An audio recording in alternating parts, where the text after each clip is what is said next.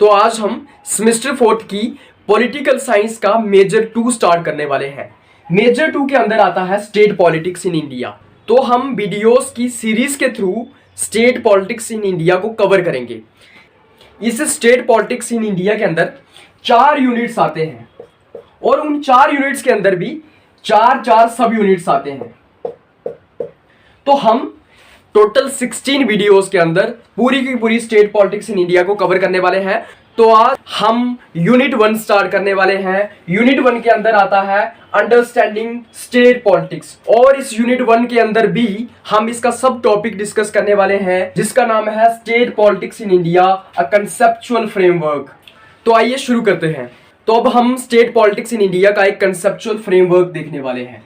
जब हम इंडिया के अंदर स्टेट पॉलिटिक्स की बात करते हैं तो सबसे पहले हमें इसके इतिहास में जाना होगा, इसकी हिस्ट्री में जाना होगा, किस तरह से हमारे देश के अंदर स्टेट पॉलिटिक्स इमर्ज होके आई। जब हम आज़ादी की बात करते हैं 1947 के बाद और फिर 1951 और 52 में पहली जनरल इलेक्शंस हुई हमारे देश के अंदर, उसमें कांग्रेस को पूरे देश में मेजॉरिटी मिली। तो हमें ये देखने को मिलता है कि 1950 से लेकर 1967 तक अप्रॉक्सीमेटली पूरे देश भर में कांग्रेस का एक डोमिनेंस रहा।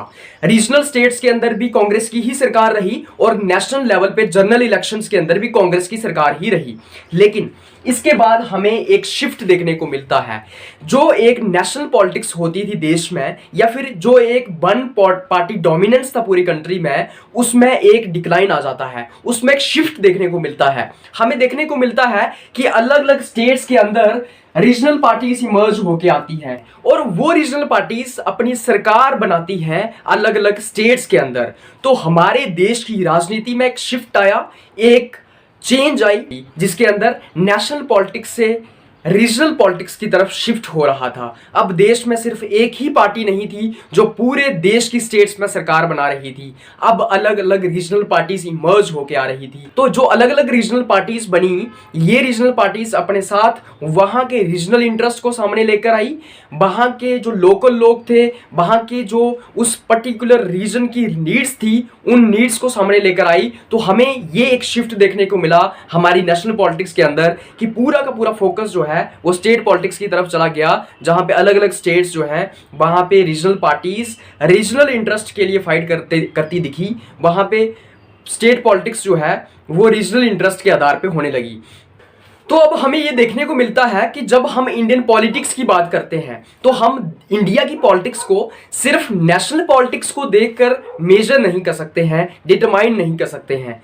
अगर हम हमारे देश की पॉलिटिक्स को जानना चाहते हैं तो हम सिर्फ नेशनल पॉलिटिक्स को देखते हुए हमारे देश की राजनीति को नहीं जान सकते।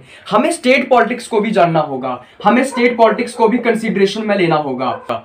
हमारे देश की स्टेट पॉलिटिक्स भी उतनी ही अहमियत रखती है जितनी हमारे देश की नेशनल पॉलिटिक्स अहमियत रखती है। इसलिए अगर आपको हमारे देश का सोशियो पॉलिटिकल सिनेरियो जानना है, सोशियो पॉलिटिकल इन्वायरमेंट जानना है, तो आपको हमारे देश की रीजनल पॉलिटिक्स को भी कंसीडरेशन में लेना होगा, हमारे देश की नेशनल पॉलिटिक्स को भी कंसीडरेशन में लेना होगा। हम जब दोनों को कंसीडरेशन में लेंगे तभी हम हमारे देश की राजनीति को जान सकते हैं। तो जब हम अपनी स्टेट पॉलिटिक्स को जानना चाहते हैं, जब हम अपनी स्टेट पॉलिटिक्स को केयरफुली एग्जामिन करना चाहते हैं, हम अपनी स्टेट पॉलिटिक्स को समझना चाहते हैं, तो हमें हमारे देश की स्टेट पॉलिटिक्स को स्टेट पर्सपेक्टिव से समझना होगा। हम हमारी स्टेट पॉलिटिक्स को एक नेशनल पर्सपेक्टिव से नहीं समझ सकते। इसी के लिए कि किस तरह से हमारे देश की पॉलिटिक्स जो है उसको केयरफुली एग्जामिन किया जाए, हमारे पास एक थिंकर आते हैं जिनका नाम है इकबाल नारायण। इकबाल नारायण जो है वो हमें एक इन डेप्थ एनालिसिस देते हैं कि किस तरह से एक स्टेट पॉलिटिक्स को समझा जाए, रीजनल पॉलिटिक्स को समझा जाए। और साथ ही साथ इकबाल नारायण ये भी बताते हैं कि किस तरह से हमारी स्टेट पॉलिटिक्स को स्टेट पर्सपेक्टिव से समझा जाए। तो अब हम ये जानेंगे कि इकबाल नारायण की क्या वो अप्रोच थी, क्या वो एनालिसिस था जिसके तहत वो स्टेट पॉलिटिक्स को समझने की बात करते हैं, हम उसको डिस्कस करेंगे। तो स्टेट पॉलिटिक्स को समझने के लिए इकबाल नारायण जो है वो 3 डायमेंशनल फ्रेमवर्क की बात करते हैं वो 3 डायमेंशंस की बात करते हैं। वो कहते हैं कि अगर आपको स्टेट पॉलिटिक्स को केयरफुली एग्जामिन करना है, अगर आपको स्टेट पॉलिटिक्स को समझना है, तो आपको 3 डायमेंशंस को ध्यान में रखना होगा। 3 डायमेंशंस के अंदर सबसे पहले आता है कॉन्टेक्सुअल डायमेंशन, उसके बाद आता है स्ट्रक्चरल डायमेंशन और उसके बाद आता है ऑपरेशनल डायमेंशन। इन तीनों डायमेंशंस की मदद से आप स्टेट पॉलिटिक्स को अच्छे से समझ सकते हैं। तो हम इन तीनों डायमेंशंस की वन बाय वन बात करेंगे। तो सबसे पहले हम देखते हैं कि कॉन्टेक्सुअल डायमेंशन क्या होता है। तो सबसे पहले हम कॉन्टेक्सुअल डायमेंशन की बात करते हैं। जब हम एक स्टेट के कॉन्टेक्सुअल डायमेंशन की बात कर रहे हैं, उसके अंदर क्या क्या आता है। कॉन्टेक्सुअल डायमेंशन के अंदर आता है कि उस पर्टिकुलर स्टेट की हिस्ट्री क्या है, उसकी प्री इंडिपेंडेंस हिस्ट्री क्या है, उसकी कॉलोनियल रूल के दौरान की हिस्ट्री क्या है, उसकी मुगल पीरियड के टाइम की हिस्ट्री क्या है। तो जब हम एक स्टेट की हिस्ट्री जानेंगे तब हम उस स्टेट की पॉलिटिक्स भी जान सकते हैं। उसी के साथ साथ इसके अंदर आता है कल्चरल हिस्ट्री, उस स्टेट की कल्चरल हिस्ट्री कैसी है। उसके साथ उसका आता है political status before attaining independence, क्या इंडिपेंडेंस से पहले वो ब्रिटिशर्स के कंट्रोल में थी या फिर वो एक प्रिंसली स्टेट थी, उसका उस वक्त पॉलिटिकल स्टेटस क्या था। उसी के साथ साथ इसके अंदर आता है कि उस पर्टिकुलर स्टेट का फ्रीडम स्ट्रगल के अंदर क्या रोल रहा है। और उसी के साथ साथ इसके अंदर आता है कि उसकी ज्योग्राफी कैसी है, क्या वो नॉर्थ इंडियन स्टेट है, क्या वो साउथ इंडियन स्टेट है, क्या वो ईस्टर्न स्टेट है, वहाँ का इन्वायरमेंट कैसा है, वहाँ की ज्योग्राफी कैसी है, वहाँ का ज्योग्राफिकल टेरेन कैसा है, टोपोग्राफी कैसी है वहाँ की। उसी के साथ साथ वहाँ का सोशल प्लूरलिज्म कैसा है। सोशल प्लूरलिज्म का मतलब होता है कि वहाँ पे क्या डाइवर्सिटी है या नहीं है, क्या वहाँ पे अलग अलग एथनिक ग्रुप्स हैं या नहीं है, क्या अलग अलग सोशल ग्रुप्स हैं वहाँ पे, क्या अलग अलग जातियाँ हैं वहाँ पे। तो वो सब इसके अंदर सोशल प्लूरलिज्म के अंदर आता है। उसी के साथ साथ कंटेक्सुअल डायमेंशन के अंदर ये भी आता है कि उस स्टेट का लिटरेसी रेट क्या है, वहाँ पे पढ़ाई लिखाई कितनी है, कितने लोग वहां पे जो है वो शिक्षित हैं। उसी के साथ साथ इसके अंदर आता है कि उस पर्टिकुलर स्टेट की इकोनॉमिक डेवलपमेंट क्या है, वहां के रिसोर्सेज कितने हैं, इकोनॉमिकली उस स्टेट का क्या स्टेटस है, वहां पे इनकम इनइक्वलिटी कैसी है, रिच कितने हैं, पोर कितने हैं, गैप क्या है रिच और पोर का। तो ये सब हम कॉन्टेक्सुअल डायमेंशन के अंदर समझते हैं। तो जब हम एक स्टेट पॉलिटिक्स को समझ रहे हैं उसमें हमें 3 डायमेंशंस का ध्यान रखना होता है। तो सबसे पहले हमने कंटेक्सुअल डायमेंशन की बात की, उसके बाद हम स्ट्रक्चरल डायमेंशन की बात करेंगे और उसके बाद हम ऑपरेशनल डायमेंशन की बात करेंगे। तो आइए अब स्ट्रक्चरल डायमेंशन के बारे में जानते हैं। तो सेकेंडली हम बात करते हैं स्ट्रक्चरल डायमेंशन की। स्ट्रक्चरल डायमेंशन के अंदर हमें देखने को मिलता है एक पर्टिकुलर स्टेट का फॉर्मल कॉन्स्टिट्यूशनल स्ट्रक्चर कैसा है।